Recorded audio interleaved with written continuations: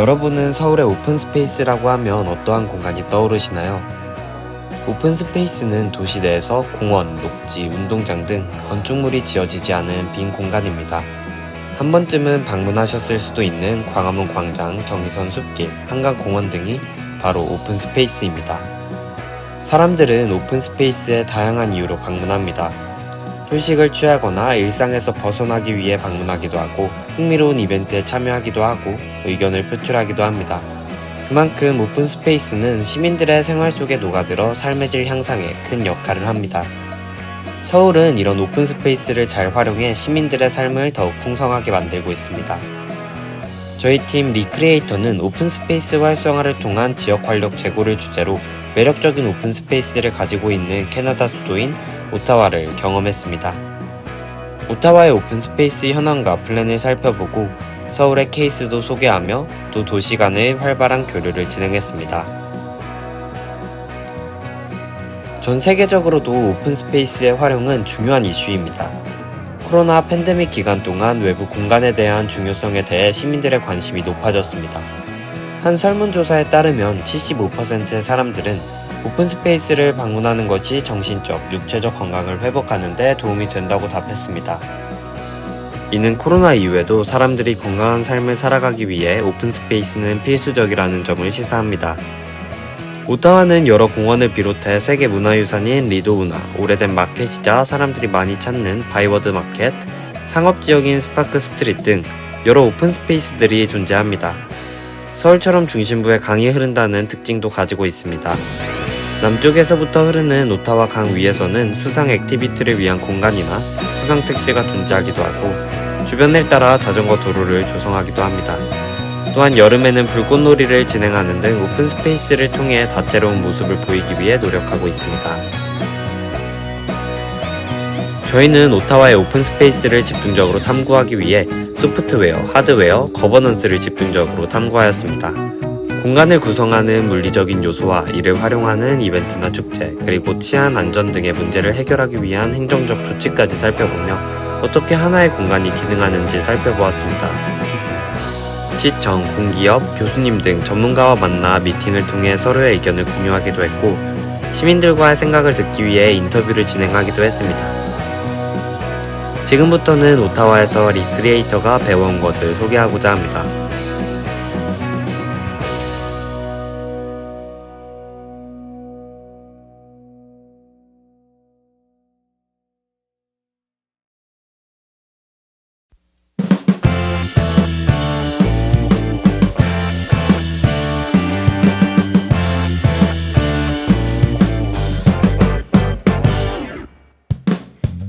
이번 영상에서 소개할 첫 번째 장소는 스파크 스트릿입니다.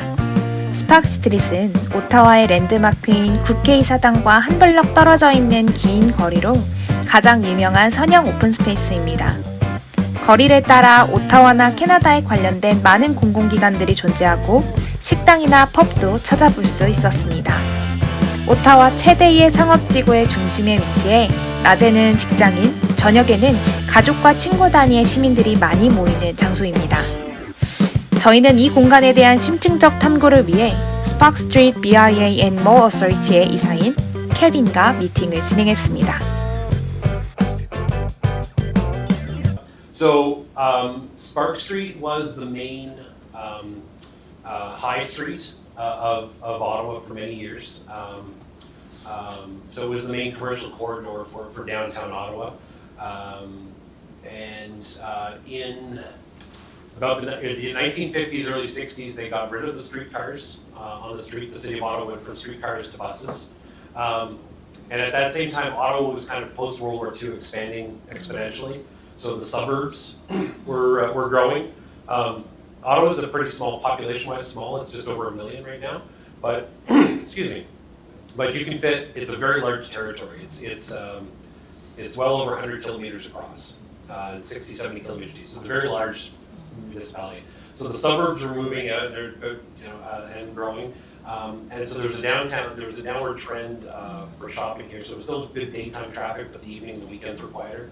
It's very much about creating a urban oasis in this urban space. So yeah, the idea of residents and local and visitors kind of circling back to always regularly Spark Street, come here for your coffee, come here to relax, get away from the traffic, get away from this, escape your little apartment. Yes, yeah. Recently, so the current state of Sparks in downtown Ottawa today is that disproportionately Ottawa's downtown has not returned back the way other cities has. We're still at only about a 45% return to work. Federal government workers only have to come in officially 2 days a week. It's likely that a lot of them aren't even still coming in because the government really hasn't been tracking. We're hoping this fall that we're going to see another bump because the feds have said that their workers have to come back to the office 3 days a week, and that managers are going to have to actually check to make sure they're coming in. So that'll be good for the coffee shops and the businesses. But there's been this very this uncertainty about downtown Ottawa. With the major employer in the city and in the urban core not having brought its workers back, it's been very difficult for the restaurants, full-time anyways, or near full-time. It's been very difficult for the restaurants in particular, but the retailers and service providers as well, to kind of bounce back to anywhere near their pre-COVID numbers. So that's again where we kind of start coming back into it and start looking at. So this is Spark Street. It is one of Ottawa's very few pedestrian shopping areas, and it is well known by locals as having been a failure for the last 30 years. So when it was open in 1960s, I think around 1967, which was a very interesting time to have a pedestrian mall because that was a time of massive suburbanization. So to build a pedestrian mall, that's like, okay, that's curious, that's cool. But another reason why, maybe it was 1967, I don't know the specific date, but 1967 was Canada's centennial. So Canada was 100 years old, we're the capital. So there was a lot of investment in the city. Now so it looks kind of nice now, but this is as busy as it'll get because it's peak season. But most of the year is winter. It's like colder, and it is rarely a busy space, in part because the whole north side, all those buildings are owned by the government. So it's boring government buildings. So there used to be more exciting things on Spark Street, like there used to be some more stores. There used to be very interesting sort of like street furniture. But the city is like the Spark Street BIA, constantly trying to make it work. Never really does. So you guys can solve that. Now this ugly thing. The tourism is bouncing back. No, I'll cut that. We have fine groups like you coming to town, and conference and government conference work, and so a lot of the national associations that have head offices here, they're having their conferences again. So that business is good. That's coming back. I think Ottawa Tourism was saying we're going to be pretty much back to our tourism numbers this year, which is great. But the day trade certainly isn't here, and we have to do a better job of getting Ottawans to think about coming back downtown as a place to have fun. Not just a place where they go to work or mom and dad goes to work. But how do we get more engagement down here? And so there's been 2 plans developed. One was started almost a couple years ago, and then one that just got released through Canadian Urban Institute and the Ottawa Board of Trade, the Downtown Ottawa Action Plan. The city has looked at it, the federal government, the NCC, the BIA, everyone has kind of done a plan at one point or another. None of the plans ever happened.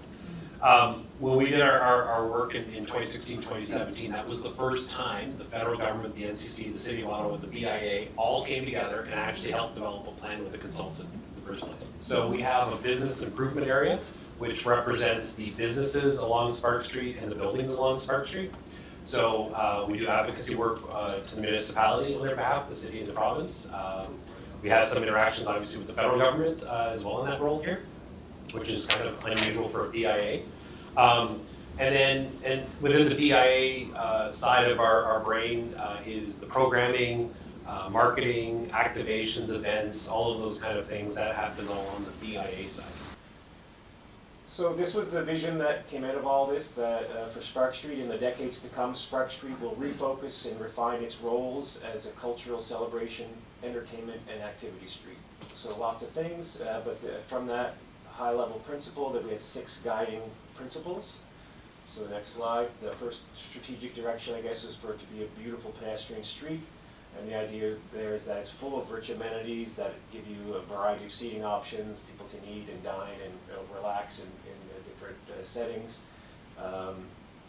Also to be close to vehicle traffic permanently, which has been the case, but in recent years, because there's no controlled access, we would always find like 10 or 12 trucks and cars and delivery vehicles, so it kind of defeated the purpose. So that was the main one, a beautiful pedestrian street. Greenscaping was a key theme, and so we found space along those 5 blocks to install 50 trees, which are part of the plan, a lot of which are hidden in raised planters because of the federal government's security requirements. They need an offset for security from the buildings with hardened elements, so we've integrated that into berms and into greenery that will stay green all year round, so evergreen plants, and so that we can have a bit of an urban oasis throughout the whole seasons. Programming and activation is a huge part of it, so the Mall Authority and the BIA both have a role in this, and increasingly we're wanting to see this be something that changes more frequently with installations and events that happen all the time. So they have a budget of about $1 million a year. We did an estimate based on the expectation of what people want to see, and so we almost have to double that to over $2 million to achieve that type of programming. Lastly, number 4 is the property coordination, which is just the notion of like there's a lot of elements that if we're going to develop a plan that has fountains and heated surfaces and all the details that people wanted to see in the street to make it livable and functional year round, that will need some coordination with property owners. That's like putting pumping rooms in the basement or having utility space for all the power supplies that are required to do heated surfaces and that type of thing. And the same thing with businesses. So properties have a role, but also businesses and their ground floor approach to unifying a lighting scheme and to having themes where they pour into the street and all their encroachments and patios being beautiful and part of an overall visual theme. So the last strategic direction was interpretation, and so we have part of this plan, there's a whole interpretation section to talk about that rich history of the architecture and how the street evolved over the years and its roots as an original logging city and as a main street to the capital. And so that's part of the plan. This is an image of the preferred functional layout, which is a bit of a throwback to the original when they did a trial of it, where they had little rooms and they kind of meandered the street. That's to slow down the wind. It's a very windy street, and so having some meandering right-of-way that does some plantings throughout slows the wind and then gives you this kind of opportunity for discovery of rooms in each block where programming can happen. So yeah, we host. So my team produces 2 or 3 major events. This year we're doing 2 major events, and we've done. So we did our Rib Fest, which was the first weekend of June, and the first weekend of August we'll be hosting our International Busker Festival. 지난 19년 코비드로 인해 많은 공공 오픈 스페이스가 부정적인 영향을 받았지만 캐나다 최초의 보행자 거리를 회복시키기 위한 노력은 끊임없이 이어졌습니다. 많은 공공기관과 기업들로 모이는 사람들로 하여금 공간의 매력을 느끼고 활성화하기 위한 여러 가지 방안이 도시계획에 포함되었고 BIA는 스파크 스트릿이 이전의 모습을 되찾았다고 말합니다. 이는 이전의 방식과는 달리 오타와시, 연방정부, NCC 등 다양한 주체들이 플랜에 참여하고 이 장소만을 위한 계획을 모색하였기 때문입니다. 거리 활성화 방식의 가장 중요한 포인트는 도시 속 오아시스를 만드는 것이며 작은 아파트라는 일상의 공간에서 벗어나 오픈 스페이스로 도시민을 끌어들이기 위한 전략을 수립해야 한다고 말합니다. 지금까지 스파크 스트릿이었습니다.